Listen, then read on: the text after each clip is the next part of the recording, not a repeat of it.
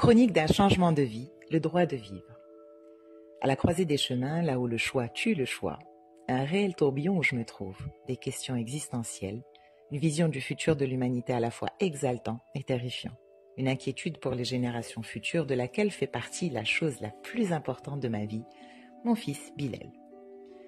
Il y a 2 ans, nous avons déménagé au Costa Rica à la recherche d'une autre qualité de vie, d'une autre expérience de vie. Un pari gagné, pas les mêmes apprentissages que je pensais. La vie est une constante source de surprises, autant s'y habituer.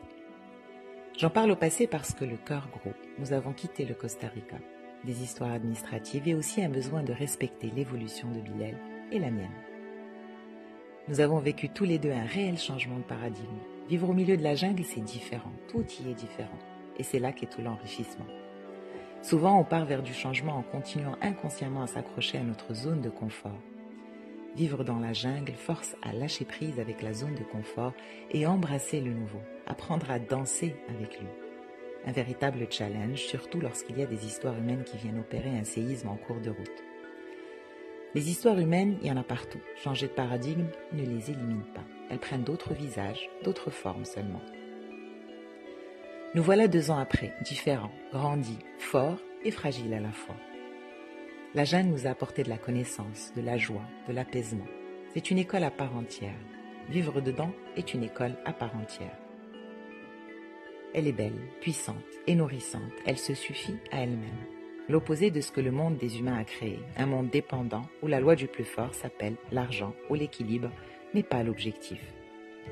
Le monde des humains apporte aussi son lot de merveilles, des civilisations, des architectures, des façons de vivre et de faire, des paysages qui apaisent l'âme. Tout ça, la nature ne l'apporte pas de la même manière. Vivre dans la jungle t'apprend à être résilient. Il y fait chaud en permanence, les insectes petits et grands font partie de ton quotidien. Maintenant j'ai froid à 22 degrés, je sors un scorpion de ma maison avec facilité, la moustiquaire est ma meilleure alliée sommeil.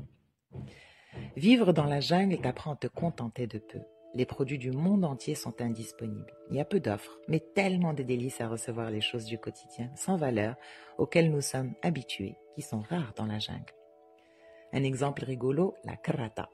Un espèce de râteau avec une éponge au bout pour retirer l'excédent d'eau sur les sols, outil indispensable au ménage à la marocaine. J'en ai pas trouvé au Costa Rica, ça n'existe pas.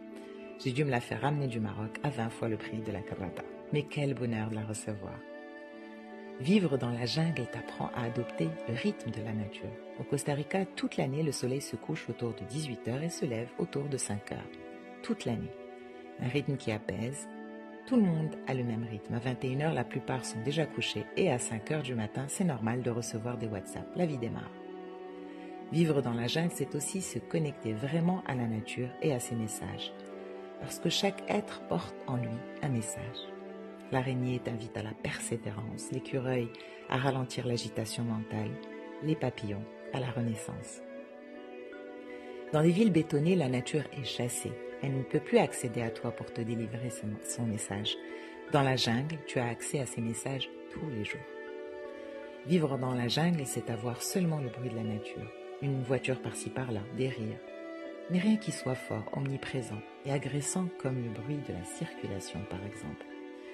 Dans les villes bétonnées, on est constamment agressé par du bruit, de la lumière, sans nous en rendre compte vraiment. C'est lorsqu'on s'en détache pendant un moment qu'on se rend compte à quel point c'est intense.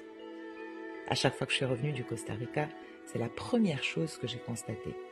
Tout ce métal des voitures, toute cette agitation visuelle, tout ce bruit, c'est intense et omniprésent.